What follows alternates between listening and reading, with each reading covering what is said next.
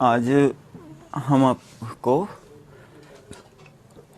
जो व्यापारिक संगठन आपकी बुक चलती थी उसको उसकी जगह सरकार ने अब व्यावसायिक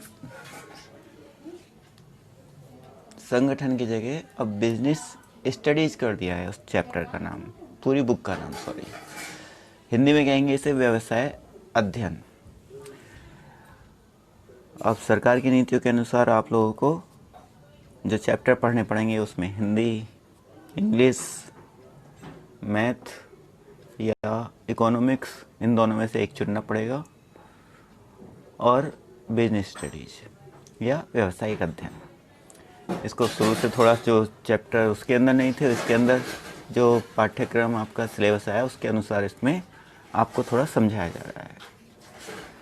व्यवसाय अध्ययन में जो पहला पार्ट है, इसका पहला चैप्टर है, उसका नाम है आपका व्यवसाय की प्रकृति एवं उद्देश्य।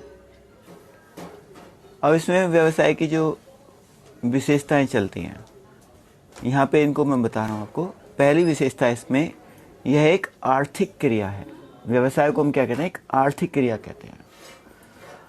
व्यवसाय एक आर्थिक क्रिया के रूप में समझा जाता है क्योंकि यह लाभ कमाने के उद्देश्य से या जीवन यापन करने के लिए किया जाता है, न कि प्यार के कारण अथवा मोह, सहानुभूति या किसी अन्य भावुकता के कारण।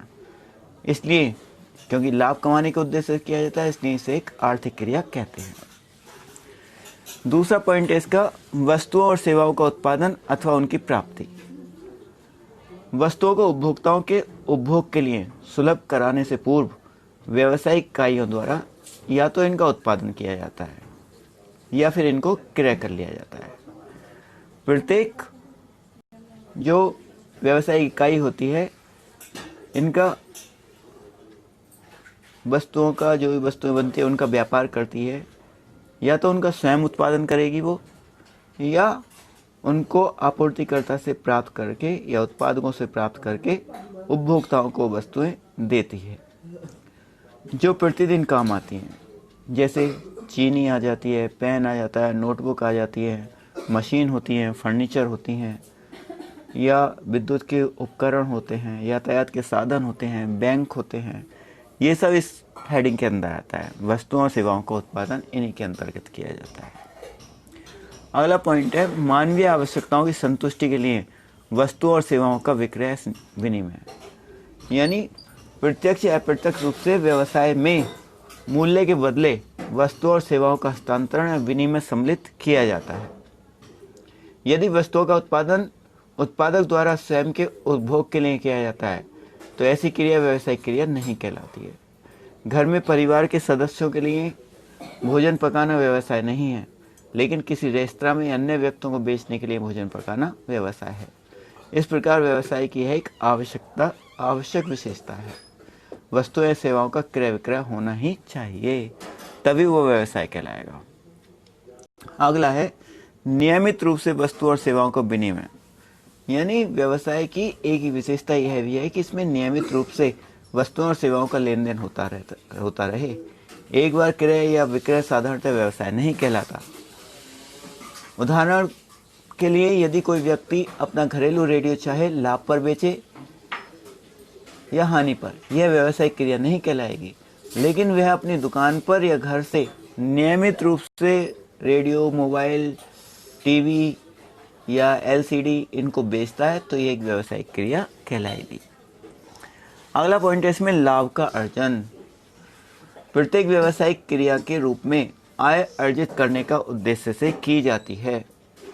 बिना लाभ कमाए कोई भी व्यवसाय लंबे समय तक कार्य नहीं कर सकता है। अतः जिस व्यवसाय के अंदर लंबे समय तक लाभ प्राप्त होता रहे, लाभ का अर्जन होता रहे, उसे ही हम व्यवसाय कहेंगे। व्यवसाय का उद्देश्य विक्रय की मात्रा को बढ़ाकर या लागत कम करके अधिकतम लाभ कमाने का हर संभव प्रयास करता है, उसे लाभ का अर्जन कहते हैं। प्रतिफल की अनिश्चितता। प्रतिफल की अनिश्चितता से तात्पर्य व्यावसायिक क्रियाओं के संचालन से एक निश्चित समय में होने वाले लाभ की अस्थिरता से है। प्रत्येक व्यवसाय में परिचालन हेतु कुछ धन के विनियोग की आवश्यकता होती है। व्यवसाय में विनियोजित पूंजी पर लाभ पाने की आशा तो होती है, लेकिन यह निश्चित नहीं होती है। इसमें परिवर्तन होता रहता है कि कितना लाभ होगा, कितनी हानि होगी, यह आशंका सदैव बनी रहती है। जोखिम के तत्व। जोखिम एक अनिश्चितता है जो व्यावसायिक हानि की ओर इंगित करती है, जिसका कारण कुछ प्रतिकूल अथवा अवांछित घटकों से होता है। जोखिम